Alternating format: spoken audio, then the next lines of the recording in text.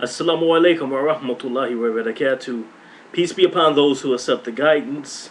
In this video, I would like to discuss further some of the doctrines of Christology and the divinity of Jesus Christ. In the last video, I talked about the doctrine of kenosis, which is the doctrine that says that God, in order to be Christ, in order to be a human in time and space, had to empty himself of some of his attributes, like his divine sovereignty and his omnipotence and his immutability and these other attributes, which I rightly brung up, that if God relinquished the attributes that makes him God, then he no longer is God. So Jesus cannot be God.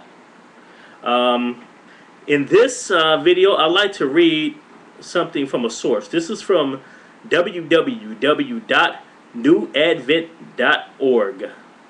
www.newadvent.org. This is the official website of the Catholic Encyclopedia under the entry of the hypostatic union of the divine nature and the human nature of Jesus and the divine person of Jesus Christ.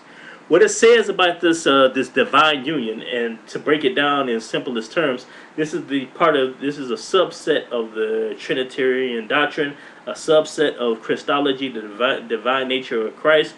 That Christ was supposedly 100% mortal human and 100% divine God. 100%, 100%. So this is supposed to clear up the dissonance that occurs when you have two contradictory ideas. The idea of a God being a human and a human being a God. So when you start having difficult questions, you got to have an answer. So you come up with rationalizations. This is one of the rationalizations the church came up with. Roughly one, or I'm not sure. That particular doctrine, I would say, roughly around 100 years after Christ. But somebody else may digress. Let me read this quote to you. This is supposed to explain this hypostatic union. Because the problem is, I don't think, see, the average everyday Christian, they do not get into theology. They do not get into the doctrines, the underpinning of Christianity. They don't know anything about the doctrines and the theology of Christianity. They believe in the dogma of the church based on the authority of the religion. This is what the religion teaches. I'm a part of the religion, so therefore it's true. And like I said earlier in the video, that belief in the doctrines of Christianity will definitely cause confusion inside your soul. It's going to cause cognitive dissonance when you hold two opposite opinions.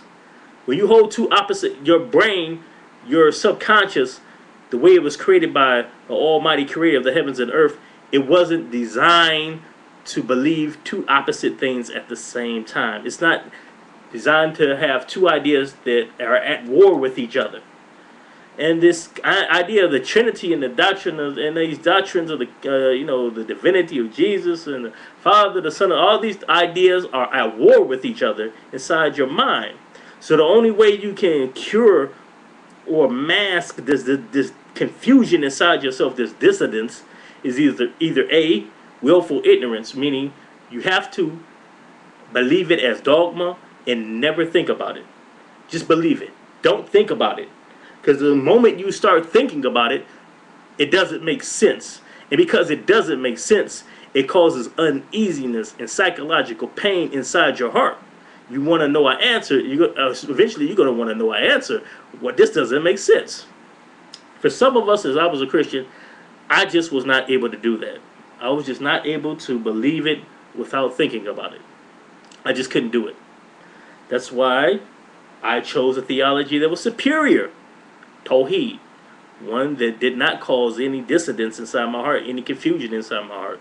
Oneness of Almighty God. La ilaha illallah. There's nothing worthy of worship but God alone. He doesn't have a partner. Something easy for the human mind that was created by God to digest, which is kind of a proof Because the mind that God created inside you, it's easier for that mind to digest and accept Tawheed than it is to accept polytheism. And the Trinity definitely falls under polytheism. Now on to what the whole topic of this video is. I'm reading from newadvent.org, the Catholic Church Encyclopedia Online, about the hypostatic union, the divine, 100% divine nature of Christ, the 100% mortal human nature of Christ. It says, here we consider this union as a fact. The nature of the union will be later taken up. Now it is our purpose to prove that the divine nature was really and truly united with the human nature of Jesus, i.e. that one and the same person, Jesus Christ, was God and man. We speak here of no moral union, no union in figurative sense of the word, but a union that is physical. A union of two substances and natures so that as to make one person. A union which means that God is man and man is God in the person of Jesus Christ. Now I would say if 10 people watch this video, I guarantee that 9 of those 10 people have never heard, who are Christians, and maybe non-Christians, have never heard that statement before in their life, or anything worded like that. You have not heard, this is the explanation directly from the Catholic Church. And if you're a Protestant, it doesn't matter. Your theology comes from the Catholic Church. It comes from the same 4 creeds. There's 4 creeds to underline the fundamental basic principles of Christianity. Whether you're a Catholic, Eastern Orthodox, or a Protestant, it's the same. So, one of the interesting things in this definition of the divine nature of Jesus being wedded with the human nature of Jesus is that it says, we speak here of no moral union. So in other words, it's saying, listen, God and man did not become one by a moral union, meaning it wasn't that Jesus agreed morally with Almighty God, that they were on the same page mentally, that they had the same idea, they were moving the same plan. It wasn't that. It wasn't that. It also says no union in a figurative sense of the word, meaning this is not some weird figurative union. You know, they were they were one in purpose. You know, that would be figurative. You know, they were one on the same mission. That would be figurative. No. It says, but a union that is physical. Pause. Think about that. A union that is physical. So they're saying that the immutable, almighty, all-powerful, non-physical nature of God was physically united with the physical person, Jesus Christ, 2,000 years ago. Okay. A union of two substances and natures so as to make one person. So, I mean, the cognitive dissonance continues and it just won't stop. Because now you have the belief in one God.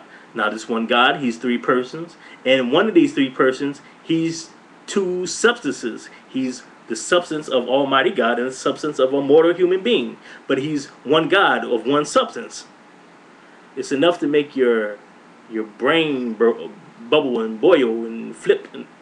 And that's the reason why Bible scholars and theologians to this day do not have a complete consensus when they talk about these things. They still debate these issues to this very day. So, I mean, in the most fundamental principles, the fundamental, who are you worshiping? Who's your Lord? What are you worshiping? In this fundamental question when it comes to Christianity, you have confusion. Absolute confusion. No one can make this is a mind puzzle that no one can make out. You can have your theory, then the next person comes with their theory. But when it comes to Tawheed, there is no theory. There's one God who's one person and one substance. He alone is the one worthy of worship. Anyone, whether you're uneducated or whether you're the most educated person in the world, can accept this doctrine. And it causes